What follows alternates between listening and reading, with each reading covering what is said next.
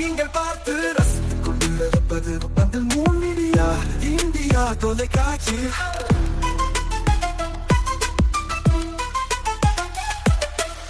நீங்கள் பார்த்து ரசித்துக் கொண்டிருப்பது உங்கள் மீடியா இந்தியா தொலைக்காட்சி. நீங்கள் பார்த்து ரசித்துக் கொண்டிருப்பது உங்கள் மீடியா இந்தியா தொலைக்காட்சி. நீங்கள் பார்த்து ரசித்துக் கொண்டிருப்பது உங்கள் மீடியா இந்தியா தொலைக்காட்சி.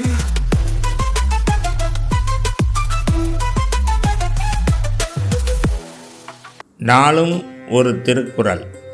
அறத்துப்பால். மக்கட்பேறு.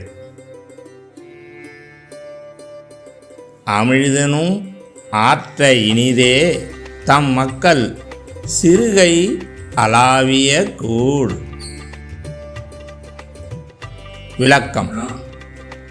சிறந்த பொருளை அமிர்தம் என குறிப்பிட்டாலும் கூட தம்முடைய குழந்தைகளின் பிஞ்சு கரத்தால் அளாவப்பட்ட கூழ் அந்த அமிர்தத்தை விட சுவையானதாக விடுகிறது.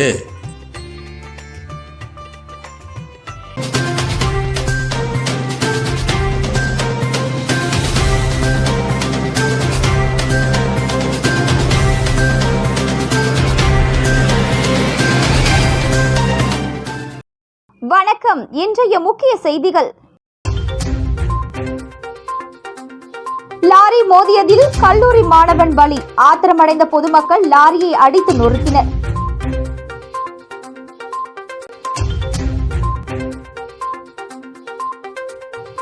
ஆட்டோக்களுக்கு அனுமதி அளிப்பதற்கு எதிர்ப்பு. காரைக்காலில் ஆட்டோக்கள் ஓடவில்லை. ஓட்டுநர்கள் ஆட்சியர் அலுவலகம் நோக்கி பேரணி.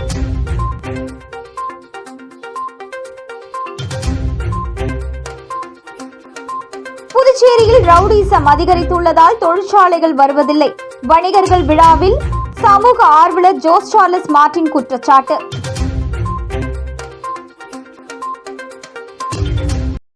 இனி விரிவான செய்திகள். புதுச்சேரியில் கல்லூரி மாணவன் மீது லாரி மோதி விபத்துக்குள்ளானதில் கல்லூரி மாணவன் உயிரிழந்ததில் ஆத்திரமடைந்த பொதுமக்கள் லாரியை அடித்து உடைத்தனர்.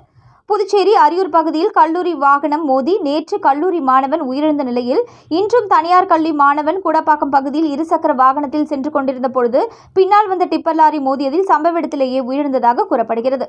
இதனால் கோபமடைந்த உறவினர்கள் மற்றும் பொதுமக்கள் லாரியை மடக்கி அடித்து உடைத்தனர். மேலும் உயிரிழந்த மாணவனுக்கு நிவாரணம் கேட்டும் சாலை மறியலில் ஈடுபட்டனர். இதனால் சிறிது நேரம் பரபரப்பு ஏற்பட்டது. இதுகுறித்து போலீசார் தற்பொழுது பேச்சுவார்த்தை நடத்தினர்.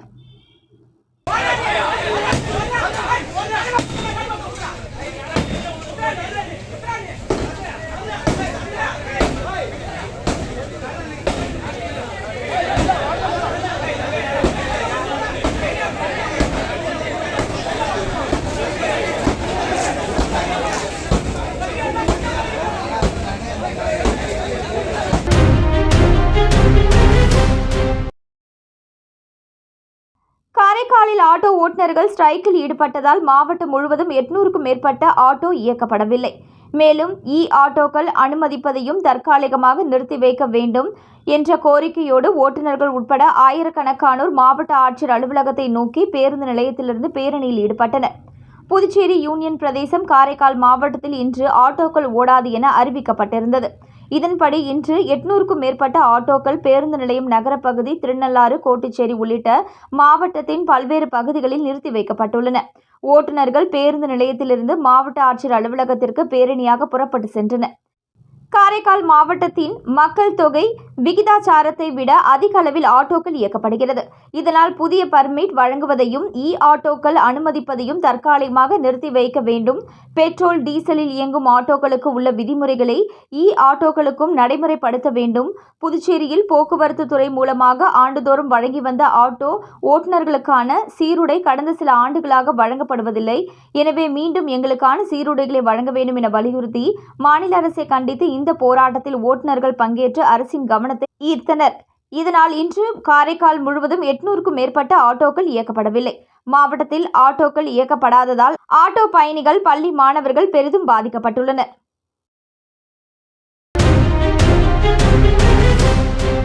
புதுச்சேரியில் வணிகர்கள் சுலபமாக வணிகம் செய்ய ஒற்றை சாளர முறையை உருவாக்க வேண்டும் என சமூக ஆர்வலர் ஜோஸ் சார்லஸ் மார்டின் தெரிவித்துள்ளார். மேலும் புதுச்சேரியில் ரவுடிசம் அதிகமாக உள்ளதால் தொழிற்சாலைகள் புதுச்சேரிக்கு வருவதில்லை எனவும் இனி வரும் காலத்தில் ஒரு மாற்றத்தை உருவாக்க வேண்டும், அப்படி செய்தால் மட்டுமே தொழிற்சாலைகள் புதுச்சேரிக்கு வரும் என அவர் தெரிவித்துள்ளார். புதுச்சேரி வணிகர்கள் கூட்டமைப்பு சார்பில் வணிகர்கள் உரிமை மாநாடு மரப்பாலம் பகுதியில் உள்ள தனியார் திருமண மண்டபத்தில் நடைபெற்றது. சமூக ஆர்வலர் ஜோஸ் சார்லஸ் மார்டின் சிறப்பு விருந்தினராக கலந்து கொண்டு சிறப்புரையாற்றினார். நிகழ்ச்சியில் சட்டமன்ற உறுப்பினர்கள் சிவசங்கரன், அங்காளன், தேசிய மக்கள் மன்ற தலைவர் ரீகன் மற்றும் 2000க்கும் மேற்பட்ட வணிகர்கள் பங்கேற்றனர். நிகழ்ச்சியில் பேசிய சமூக ஆர்வலர் ஜோஸ் சார்லஸ் மார்டின், புதுச்சேரியில் 50% இளைஞர்களுக்கு வேலைவாய்ப்பு இல்லை என்றும் 30% பேர் வெளியூருக்கு சென்று வேலை பார்ப்பதாகவும் கூறினார். மேலும் வணிகர்கள் சுலபமாக வணிகம் செய்ய ஒற்றை சாளர முறையை உருவாக்க வேண்டும் எனவும் இங்கு ரவுடிசம் அதிகமாக உள்ளது என தொழில் செய்தவர்கள் தெரிவிக்கின்றனர். இதன் காரணமாகவே பல தொழிற்சாலைகள் புதுச்சேரிக்கு வருவதில்லை. இனி வரும் காலத்தில் ஒரு மாற்றத்தை உருவாக்க வேண்டும், அப்படி செய்தால் மட்டுமே தொழிற்சாலைகள் புதுச்சேரிக்கு வரும், அதன் மூலம் இளைஞர்களுக்கு வேலை வாய்ப்புகள் கிடைக்கும் என ஜோஸ் சார்லஸ் மார்டின் தெரிவித்தார். மேலும் புதுச்சேரியில் உள்ள பல படித்த இளைஞர்கள் சென்னை, பெங்களூரு போன்ற இடங்களுக்கு சென்று வேலை செய்கின்றனர். புதுச்சேரியில் ஏராளமான இடங்கள் காலியாக உள்ளது. பல தொழிற்சாலைகள் மூடப்பட்டுள்ளது. அவற்றை பயன்படுத்தி தகவல் தொழில்நுட்ப பூங்கா அமைத்து மாநில இளைஞர்களுக்கு வேலை வாய்ப்பு உருவாக்க வேண்டும். மக்களும் அதைத்தான் விரும்புகிறார்கள். அது நிச்சயம் நடக்கும் என நம்பிக்கை தெரிவித்தார்.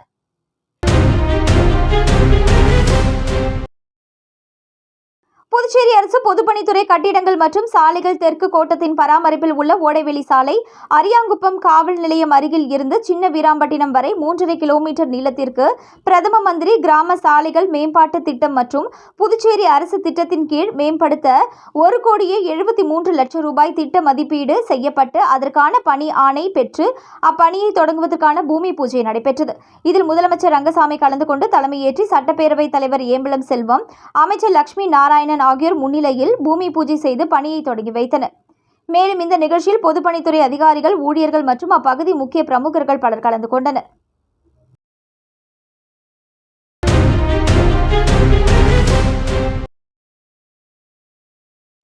விழுப்புரம் மாவட்டம் திண்டிவனத்தில் உள்ள அதிமுக முன்னாள் அமைச்சர் சி.வி. சண்முகத்தை அவரது இல்லத்தில் பாஜக மாநில தலைவர் நயினார் நாகேந்திரன் நேரில் சந்தித்து பேசினார்.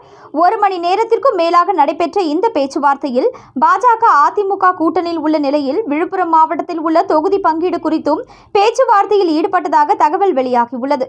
அதேபோன்று பாட்டாளி மக்கள் கட்சி நிறுவனரும் மருத்துவர் ராமதாஸை நேரில் சந்திக்க இருந்த நிலையில் அவர் சென்னை சென்றுள்ள காரணத்தினால் அவரை திங்களன்று நேரில் சந்தித்து கூட்டணி குறித்தும் மற்றும் உள்கட்சி விவரங்களை சுமூகம் செய்து கொள்ளவும் பேசுவதாக உள்ளதாக தெரிகிறது. மேலும் வருகின்ற 27ஆம் தேதி வானூர் அடுத்த ஓமந்தூர் பகுதியில் நடைபெறும் பிரதமர் மோடியின் 75வது பிறந்தநாள் நலத்திட்ட விழா பொதுக்கூட்டத்தில் கலந்து கொள்ள சி.வி. சண்முகத்திற்கு அழைப்பு விடுக்கப்பட்டது. மேலும் அதிமுக பாஜக கூட்டணி குறித்தும் பன்னீர்செல்வம், செங்கோட்டையன் ஆகியோர் இணைப்பு உள்ளிட்ட முக்கிய அரசியல் சூழல் குறித்தும் விவாதிக்கப்பட்டதாக தெரிகிறது.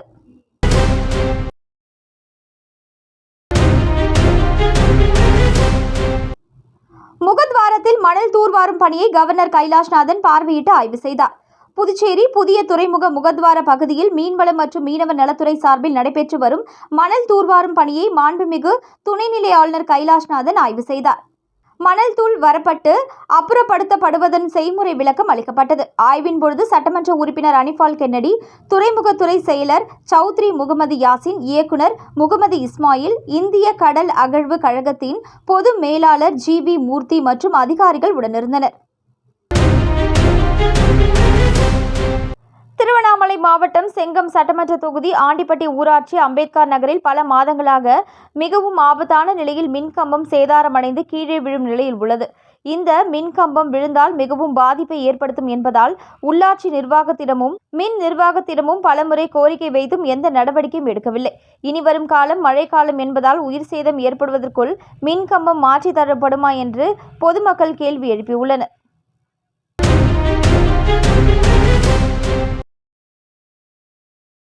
பாரதிய ஜனசங்க தலைவர் பண்டிட் தீன் தயாள் உபாத்யாயா அவர்களின் 109வது பிறந்தநாள் விழா புதுச்சேரி பாரதிய ஜனதா கட்சி மாநில தலைமை அலுவலகத்தில் மாநில தலைவர் வி.பி. ராமலிங்கம் தலைமையில் கொண்டாடப்பட்டது. புதுச்சேரி பாரதிய ஜனதா கட்சியின் மாநில தலைமை அலுவலகத்தில் இன்று மாநில தலைவர் VP ராமலிங்கம் தலைமையில் மறைந்த பாரதிய ஜனசங்க தலைவர் பண்டிட் தீன் தயாள் உபாத்யாயா அவர்களின் 109வது பிறந்தநாள் விழா இந்திரா காந்தி சிலை அருகே மலர் தூவி கொண்டாடப்பட்டது. அவரது ஏகாத்ம மனோதர்ஷன மற்றும் அந்தோதயா என்கிற கோட்பாட்டை உலக மாதிரியே செய்தவர். மேலும் ஒரு தன்னம்பிக்கை உள்ளடங்கிய இரக்கம் உள்ள தேசத்தை உருவாக்குவதன் மூலம் நாடு முன்னேறும் என தனது வாழ்நாளில் உலகமறிய உரையாற்றியவர் என அவரது சிறப்புகளை கூறிய மாநில தலைவர் உரையாற்றினார். விழாவில் முன்னாள் MLA வெங்கடேசன், மாநில பொதுச் செயலாளர்கள் மோகன்குமார், லட்சுமி நாராயணன், நிகழ்ச்சியின் மாநில பொறுப்பாளர்கள் இளங்கோவன், மாநில மகளிரணி தலைவி தாமரை செல்வி, அங்குதாஸ், மாநில துணைத் தலைவர்கள் ரத்னவேலு, ஜெயலட்சுமி, ஜெயக்குமார், அமாவாசை, சரவணன், மாநில செயலாளர்கள் ராமு, தமிழ்மாறன், ஹேமா மாலினி, கோகிலா, மாநில அலுவலக செயலாளர் கௌரி சங்கர், மூத்த நிர்வாகிகள் தாமோதரன், அன்பு செல்வம், ஊடகத்துறை அமைப்பாளர் நாகேஸ்வரன், அனைத்து பிரிவின் இணை அமைப்பாளர் வேல்முருகன் மற்றும் பலர் பெருந்திரளாக கலந்து கொண்டனர்.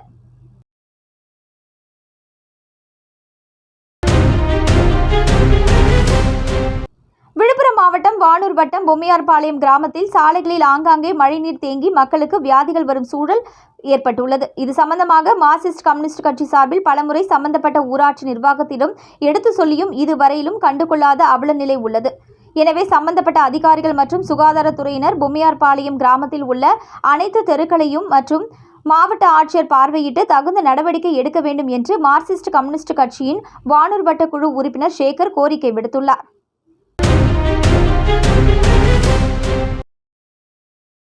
தேசிய மாணவர் படை மற்றும் திருபுவனை ஆரம்ப சுகாதார மையம் இணைந்து நடத்திய சுத்தம் சேவா இயக்கம் விழா காமராஜர் அரசு கலைக்கல்லூரியில் சிறப்பாக நடைபெற்றது. புதுச்சேரி மாநிலம் களித்தீர்த்தால் குப்பம் பெருந்தலைவர் காமராஜர் அரசு கலைக்கல்லூரி, தேசிய மாணவர் படை மற்றும் திருபுவனை ஆரம்ப சுகாதார மையம் இணைந்து சுத்தம் சேவா இயக்கம் நிகழ்ச்சியை இன்று 25ஆம் தேதி காலை 10:30 மணிக்கு கல்லூரி வளாகத்தில் சிறப்பாக நடத்தியது. தேசிய மாணவர் படை அலுவலர் முனைவர் கதிர்வேல் வாழ்த்துரை வழங்கி விழாவை தொடங்கி வைத்தார். கல்லூரி முதல்வர் முனைவர் கனகவேல் தலைமையுரையாற்றினார். சிறப்பு விருந்தினராக கலந்து கொண்ட மருத்துவர் ஹேமந்த் சிறப்புரை நிகழ்த்தினார். அதனைத் தொடர்ந்து செவிலியர் சாந்தி சுத்தத்தின் அவசியம் குறித்து மாணவர்களுக்கு விழிப்புணர்வு உரையாற்றினார். நிகழ்ச்சியின் நிறைவில் உடற்கல்வி இயக்குனர் அன்பழகன் நன்றி உரை வழங்கினார். இந்நிகழ்ச்சியில் உதவி செவிலியர் பக்சலா, தேசிய மாணவர் படை மாணவ மாணவிகள் ஆகியோர் உற்சாகமாக கலந்து கொண்டு விழாவை சிறப்பித்தனர்.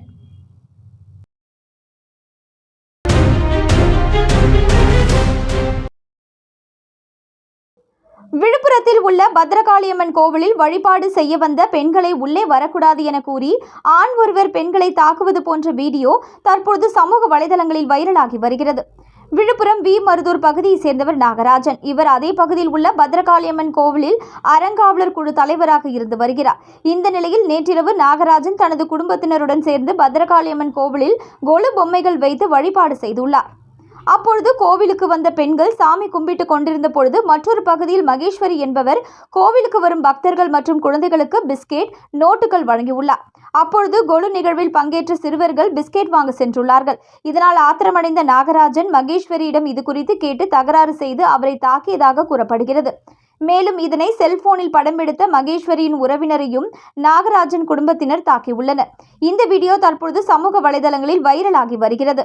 இதற்கிடையே இந்த சம்பவம் குறித்து விழுப்புரம் நகர போலீசார் விசாரணை நடத்தி வருகின்றனர்.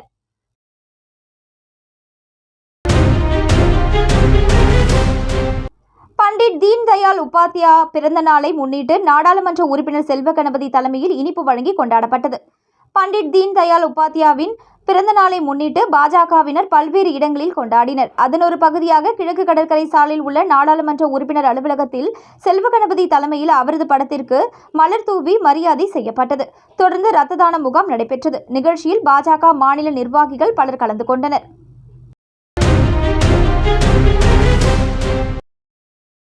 கோட்டக்குப்பம் மக்கள் நீதி மய்யம் கட்சியின் சார்பாக 12வது வார்டுக்கு உட்பட்ட நீர்நிலைகளில் உள்ள ஆக்கிரமிப்புகளை அகற்றக் கோரி கடந்த மாதம் விழுப்புரம் மாவட்டம் ஆட்சியரிடம் மனு அளிக்கப்பட்டது. மேலும் கோட்டக்குப்பம் நகராட்சி ஆணையர் மற்றும் வானூர் தாசில்தார் அவர்களிடம் இது சம்பந்தமாக மனு கொடுக்கப்பட்டது. அதன் பிறகு கோட்டக்குப்பம் கிராம நிர்வாக அதிகாரி மற்றும் நில அளவையர் கடந்த 23ஆம் தேதி நீர்நிலை பகுதிகளை ஆய்வு செய்தனர். அப்பொழுது கோட்டக்குப்பம் நகராட்சி அதிகாரிகள் உடனிருந்தனர். மேலும் மக்கள் நீதி மய்யம் கட்சியின் மாவட்ட துணை செயலாளர் ஜாஃபர் அலி, சாதிக் பாஷா, நகர துணை செயலாளர் 12 இரண்டாவது வார்டு செயலாளர் அப்துல் ஹக்கீம் ஆகியோர் நீர்நிலைகளை ஆய்வு செய்யும் பொழுது உடனிருந்தனர். மீண்டும் இன்றைய முக்கிய செய்திகள். லாரி மோதியதில் கல்லூரி மாணவன் பலி. ஆத்திரமடைந்த பொதுமக்கள் லாரியை அடித்து நொறுக்கினர்.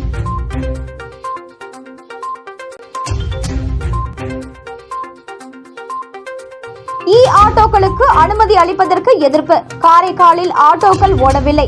ஓட்டுநர்கள் ஆட்சியர் அலுவலகம் நோக்கி பேரணி.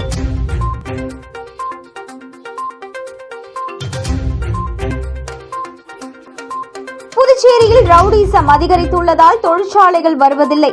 வணிகர்கள் விழாவில் சமூக ஆர்வலர் ஜோஸ் சார்லஸ் மார்டின் குற்றச்சாட்டு. இத்துடன் இன்றைய செய்திகள் நிறைவடைந்தன. நன்றி, வணக்கம்.